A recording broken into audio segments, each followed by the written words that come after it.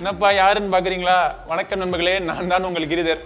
இதுதான் நம்மளுடைய lockdown getup. இந்த லாக்டவுன் ஆரம்பிச்சிச்சு. வீட்டில் மெய்டெல்லாம் ஸ்டாப் பண்ணிட்டாங்க, யாரும் வெளியிலேருந்து உள்ளே வரக்கூடாதுன்னு சொன்னதுனால நீயே எல்லா வேலையும் பண்ணுன்னு சொல்லிட்டு நமக்கு பாத்திரம் கழுவுறதுலேருந்து வீடு துடைக்கிற வரைக்கும் எல்லா வேலையிலையும் நமக்கும் அசைன் பண்ணிட்டாங்க.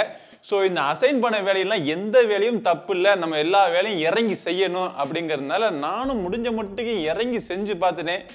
முடியலை. நமக்கு தான் இந்த டெக்னாலஜி ஃபீல்டில் பல விஷயங்கள் தெரியுமே, இதிலிருந்து யாராச்சும் நமக்கு வீட்டுக்கு ஹெல்ப் பண்ணுற மாதிரி வாங்கி போடலாம் அப்படின்னு சொல்லிட்டு இந்த ஐரோபோட்னுடைய ரூம்பா வேக்யூம் கிளீனர் வாங்கி போட்டிருந்தேன். இது வேலை செய்யுது. ஸோ இது வந்து அப்படியே கீழே போயிட்டு எல்லாம் தரையெல்லாம் க்ளீன் பண்ணிக்கிட்டு இருக்கு. அது பாட்டு ஓடிட்டு இருக்கும். பட் தரையை மட்டும் க்ளீன் பண்ணால் போதுமா? மேலே தூசிலாம் இருக்குது, டேபிளில் அங்கங்கே தூசிலாம் இருக்குது, எல்லாத்தையும் க்ளீன் பண்ணணும் ஆச்சா புச்சான்னு சொல்லிட்டு பயங்கரமான கம்ப்ளைண்ட் நம்மளுடைய க்ளீனிங் அசைன்மெண்ட் ஒர்க்கில். ஸோ அதுக்கு என்ன பண்ணலான்னு தேடிக்கிட்டு இருந்த நேரத்தில் தான் நம்மளுடைய அண்ணாச்சி டெக் தமிழா ஒரு வீடியோ போட்டார். டைசன் வேக்யூம் கிளீனரை பற்றி ஒரு வீடியோ போட்டார். அந்த வீடியோ பார்த்ததுக்கப்புறம் ஆஹா இது சூப்பர் ப்ராடக்டாக இருக்கே, நமக்குன்னு தேவையான ஒரு ப்ராடக்ட் தேவையான நேரத்தில் தலைவர் அண்ணாச்சி சொல்லியிருக்கீங்க அப்படின்னு சொல்லிட்டு அந்த ப்ராடக்டை வாங்கி நான் யூஸ் பண்ணிட்டு இருக்கேன். ஸோ என்னுடைய அனுபவம் என்ன அப்படிங்கிறத உங்களோட ஷேர் பண்ணிக்கிறேன். ஸோ நம்ம இன்னைக்கு இந்த பதிவில் பார்க்க போகிறது டைசனுடைய வேக்யூம் கிளீனர். இது என்னப்பா முன்னாடி ப்ரஷ் மாதிரி, Tyson V11 Absolute Pro. So இது பார்க்கறதுக்கு கைதி படத்தில் அந்த கடைசி சீன்ல ஒரு பெரிய கன்னோட கார்த்தி வருவார் தெரியுமா, கட்ட கட்ட கட்ட கட்ட கட்டன்னு சுட்டுக்கிட்டு. ஸோ அந்த மாதிரி ஒரு கன் மாதிரி தான் இருக்கு. ஸோ டைசன் கம்பெனிலேருந்து வரக்கூடிய ப்ராடக்ட்ஸ் எல்லாமே பார்த்தீங்கன்னா டெக்னாலஜியில் வந்து பயங்கரமான அட்வான்ஸ் ப்ராடக்டாக இருக்கும். அதே நேரத்தில் டிசைன், யூசபிலிட்டி, யூசர் எக்ஸ்பீரியன்ஸ் இது எல்லாத்துக்குமே ரொம்ப முக்கியத்துவம் கொடுப்பாங்க. ஸோ இந்த டைசன் V11 Absolute Pro-னுடைய மெயின் மிஷினே இதுதான். ஸோ இதில் தான் வந்து எல்லா விஷயங்களும் இருக்கு. இது என்னன்னு பார்த்தீங்க அப்படின்னா சைக்ளோன் மோட்டர் அப்படிங்கிறாங்க. ஆக்சுவலாக நீங்கள் நார்மலாக ஒரு வேக்யூம் கிளீனர் நீங்கள் வாங்கினீங்க அப்படின்னா ஒரு பெரிய ஒரு மோட்டர் மாதிரி இருக்கும். ஸோ அந்த வேக்யூம் கிளீனர் ஒரு நார்மலாக நீங்கள் வாங்கக்கூடிய வேக்யூம் கிளீனர் ஒரு 10 வேக்யூம் கிளீனருடைய பவர் எடுத்து ஒரு சிறுசாக்கனா இது எப்படி இருக்குமோ அந்த மாதிரி ஒரு டெக்னாலஜி தான் இந்த வேக்யூம் கிளீனர் கொடுத்துருக்காங்க. ஸோ அவ்வளோ ஒரு பவர்ஃபுல்லான ஒரு மிஷின். ஸோ அந்த பவர் இவ்வளவுக்கு காம்பாக்டா நம்ம கையில் ஈஸியாக தூக்கக்கூடிய அளவுக்கு பண்ணியிருக்காங்க அப்படிங்கிறது தான் இங்கே பாராட்ட வேண்டிய இன்ஜினியரிங் மற்றும் டிசைன். பார்க்கறதுக்கும் லுக்காக இருக்கு, அதே நேரத்தில் ஒர்க்லையும் எந்த விதமான குறையும் வைக்காம பல விஷயங்கள் சூப்பராக பண்ணுது. ஸோ முதல்ல இதில் எப்படி இருக்குது அப்படிங்கிறத பார்ப்போம். ஃப்ரண்ட்டில் பார்த்தீங்க அப்படின்னா இங்கே தான் சார்ஜ் போடுறது.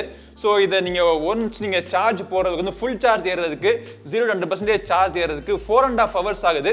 ஸோ 4.5 hours ஆனதுக்கப்புறமா ரன்னிங் டைம்னு பார்த்தோம்னா 1 hour. இந்த பின்புறத்தில் பார்த்தீங்க அப்படின்னா ஒரு ஸ்க்ரீன் இருக்குது. ஸோ இந்த ஸ்க்ரீனில் வந்து eco mode, medium mode, boost mode அப்படின்னு சொல்லிட்டு 3 மோட்ஸ் இருக்குது. ஸோ பட்டன் ஆப்ரேஷன் அவ்வளோதான், வேறு எதுவுமே கிடையாது. ரொம்ப சிம்பிளாக இருக்கும். ஒரே பட்டன் தான், ஒரே ஸ்க்ரீனு தான், வேற எந்த விஷயமும் உங்களுக்கு கிடையாது. பூஸ்ட் மோட்ல போட்டீங்க அப்படின்னா ஃபுல் பவர்ல அதிகமான கரையை இழுக்கிறதுக்காக பூஸ்ட் மோட். மீடியம் மோடுங்கிறது இந்த மோட்டருடைய ஹாஃப் ஸ்பீட்ல ஓடும். கொஞ்சம் அழுக்கு இழுக்கிறது கொஞ்சம் கஷ்டப்பட்டீங்க அப்படின்னா, கொஞ்சம் ரொம்ப நாள் படிஞ்சிருக்க தூசி நீங்க இழுக்கணும்னு நினைச்சீங்கன்னா இந்த மீடியம் மோட்ல போடலாம். நார்மல் எவ்ரிடே நீங்க கிளீன் பண்றதுக்காக இந்த ஈகோ மோட்ல போடலாம். ஸோ ஈகோ மோட்ல போட்டீங்க அப்படின்னா 66-67 நிமிஷம் வரைக்கும் உங்களுக்கு பேட்டரி நீடிக்கும். ஸோ எவ்வளவு நேரம் நீடிக்குது அப்படிங்கிறத நீங்க பார்த்துக்கிட்டே இருக்கலாம். ரியல் டைம்ல பேட்டரியோட லைஃப் உங்களுக்கு யூஸ் பண்றப்ப கீழே தெரியும். ஸோ இந்த பின்னாடி இருக்கிற இந்த இடத்துல ஒரு மண்டையில ஒரு கொண்டை வச்சிருக்காங்க பாத்தீங்களா, இந்த கொண்டை எதுக்கு அப்படின்னா இது வந்து ஒரு ஹெப்பா ஃபில்டர். ஸோ இந்த ஃபில்டர் என்ன செய்யும் அப்படின்னா, அதாவது உள்ளுக்குள்ள இந்த இடத்துல காற்றை சக் பண்ணுது. சக் பண்ணி அந்த காற்றுல இருக்கிற தூசியெல்லாம் வந்து இந்த இடத்துல கலெக்ட் பண்ணிக்குது. கலெக்ட் பண்ணதுக்கு அப்புறம் காற்று வெளியே வரணும் பார்த்தீங்களா. ஸோ அந்த வெளியே வர்ற காற்றுலேயே ஏதாச்சும் இம்பியூரிட்டி இருந்துச்சுன்னா அது வந்து நமக்கு அலர்ஜி உண்டாக்கும். அப்படி இருக்கக்கூடாதுங்கிறதுக்காக இந்த இடத்துல ஒரு ஹெப்பா ஃபில்டர் ஒன்று கொடுத்துருக்காங்க.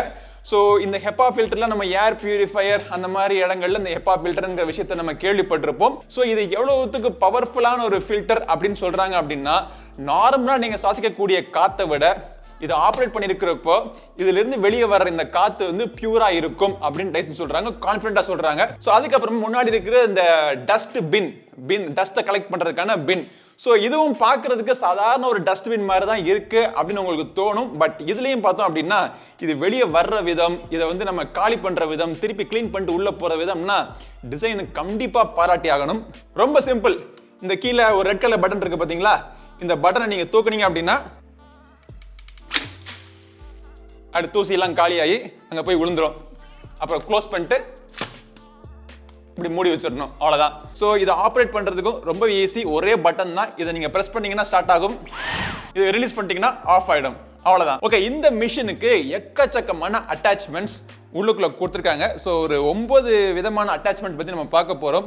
ஸோ ஒவ்வொன்றா நான் உங்களுக்கு சொல்கிறேன். ஸோ முதல்ல வந்து இந்த ஆக்சசரி இது எதுக்கு அப்படின்னா வால் மவுண்டிங் பண்ணிக்கிறதுக்கு. இதை நீங்கள் சார்ஜிங் பண்ணுறதுக்கு ஒரு சார்ஜிங் அடாப்டர் ஒன்று கொடுத்துருக்காங்க.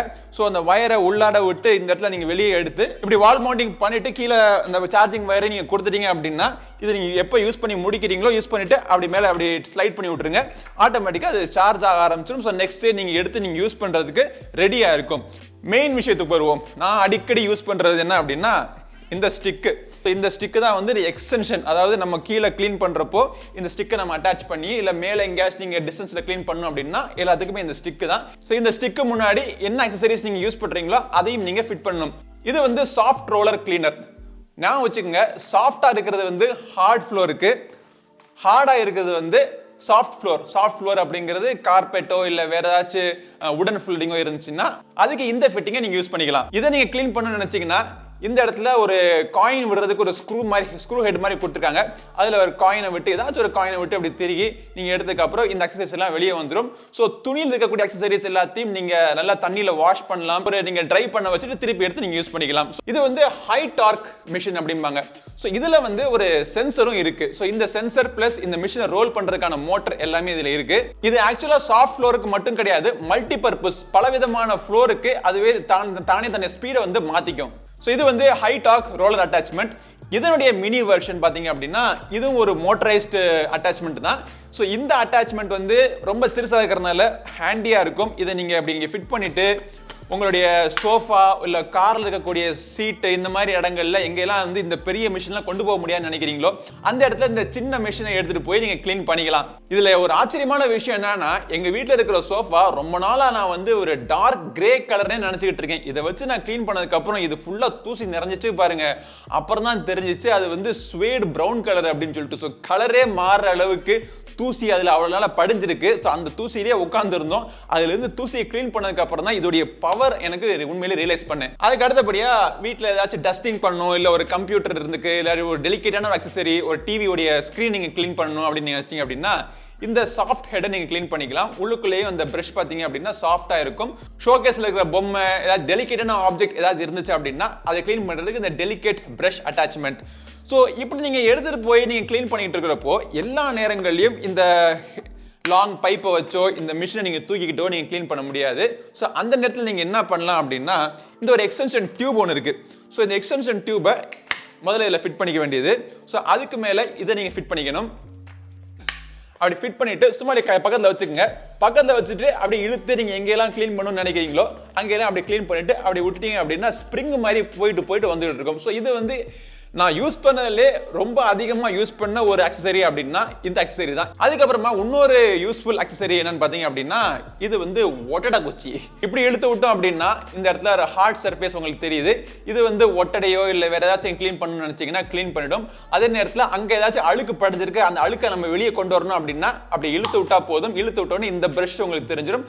அந்த பிரஷ்ஷை வச்சு நீங்கள் அப்படியே க்ளீன் பண்ணிக்கலாம். ஜன்னல், கிரில்லு, கேட்டு இந்த மாதிரி இடங்கள்லாம் க்ளீன் பண்ணுறதுக்கு இந்த பிரஷ் உதவுச்சு. அதே நேரத்தில் கொஞ்சம் ஹைட்டான இடத்துல இந்த பிரஷ்ஷால வச்சு ஹீட் நமக்கு ரீச் பண்ண முடியல அப்படின்னா இந்த ஒரு பைப்பை நீங்கள் யூஸ் பண்ணிக்கலாம். ஸோ இந்த பைப்புக்கு முன்னாடி இதை நம்ம ஃபிட்டிங் பண்ணதுக்கு அப்புறமா இப்படி நீங்கள் செட் பண்ணிக்கலாம். எப்படி வேணால் நீங்கள் செட் பண்ணி நீங்கள் ஒரு ஹைட்டில் ரீச் பண்ணி கூட நீங்கள் க்ளீன் பண்ணுறதுக்கு இந்த அட்டாச்மெண்ட் உங்களுக்கு ரொம்ப ஹெல்ப்ஃபுல்லாக இருக்கும். கர்டன்ஸ், அப்புறம் உங்களுடைய பெட்ஷீட் இதிலெல்லாம் இருக்கிற தூசியை க்ளீன் பண்ணுறதுக்கு இது வந்து ரொம்ப ஹெல்ப்ஃபுல்லாக இருக்கும். ஸோ இதில் எந்த விதமான ப்ரஷ் எதுவும் கிடையாது. அப்புறம் எங்கேயுமே மற்ற அக்சசரிஸ் எதுவுமே நுழைய முடியாத ஒரு சின்ன இடத்துக்குள்ள ஒரு சின்ன கேப்புக்குள்ள போய் சைக்கிள் கேப்பில் போய் சிந்து பாடுற அக்சசரி இந்த அக்சசரி. ஓகே, ஸோ இது வரைக்கும் எல்லா அக்சசரிஸும் நான் கவர் பண்ணிட்டேன்னு நினைக்கிறேன். எனக்கு ரொம்பவே யூஸ்ஃபுல்லாக இருக்குது. என்ன விலை கொஞ்சம் அதிகம், 53,000 அப்படின்னு போட்டிருக்காங்க. சிட்டி பேங்க் கார்டெலாம் போட்டு கொஞ்சம் ஆஃபர்லாம் ஓடிட்டு இருக்கு. ஸோ டிஸ்கவுண்ட் போட்டு வாங்கணும்னு வச்சுங்களேன். பட் காஸ்ட்லியாக இருந்தாலும் யூஸ்வலாக எல்லார் வீட்லேயுமே ஒரு வேக்யூம் கிளீனர் நம்ம எப்படியாச்சும் வாங்க வச்சிருவாங்க. அந்த வேக்யூம் கிளீனர் நம்ம தொடர்ந்து யூஸ் பண்ணுறது கிடையாது. அது பாட்டு ஒரு ஓரமாக ஒரு மூலையில் மடிச்சு போய் உட்காந்துரும் கொஞ்ச நாள்ல. இதுதான் எல்லா வீட்லையும் நடக்கக்கூடிய ஒரு விஷயம். எல்லாரும் வேக்யூம் கிளீனர் வாங்குவாங்க, ஆனால் யாரும் அதை தொடர்ந்து யூஸ் பண்ண மாட்டாங்க. பட் ஈஸியாக எப்போவுமே எல்லாரும் கன்வீனியன்ட்டாக யூஸ் பண்ணக்கூடிய ஒரு டிசைனில் பல ரிசர்ச் பண்ணி ஒரு டைசனுடைய வேக்யூம் கிளீனர் அவங்க லான்ச் பண்ணியிருக்காங்க. காஸ்ட்லியாக இருந்தாலும் எனக்கு ஒர்த்தாக தோணுச்சு. ஸோ அதனால தான் நான் வாங்கினேன். ஸோ நீங்களும் வாங்கணுங்கிற அவசியம் கிடையாது. உங்களுக்கு ஒர்த்தாக இருந்துச்சு, நீங்கள் தேவைப்பட்டுச்சு, நீங்கள் நினச்சிங்க அப்படின்னா வாங்கலாம். இது வாங்குறதுக்கான லிங்க் இந்த வீடியோட டிஸ்கிரிப்ஷன்ல இருக்கு. டைசனுடைய இந்த ப்ராடக்ட்டுக்கு 2 இயர்ஸ்க்கான வாரண்டி இருக்கு. இதை வாங்கணும்னு நினைச்சீங்க அப்படின்னா நீங்க ஒரு டெமோ கூட நீங்க புக் பண்ணிக்கலாம். இந்த பதிவு உங்களுக்கு உபயோகமா இருக்குன்னு நினைக்கிறேன். இதே மாதிரி பல பதிவுகள் தொடர்ந்து பார்க்கறதுக்கு நம்ம சேனல் கிரிசோனா சப்ஸ்கிரைப் பண்ணுங்க. அடுத்த ஒரு பதிவில் உங்களை மீண்டும் சந்திக்கும் வரை உங்களிடமிருந்து விடைபெறுவது உங்கள் நண்பன் கிரிதர். வாழ்க தமிழ், வளர்க பாரதம். நன்றி, வணக்கம்.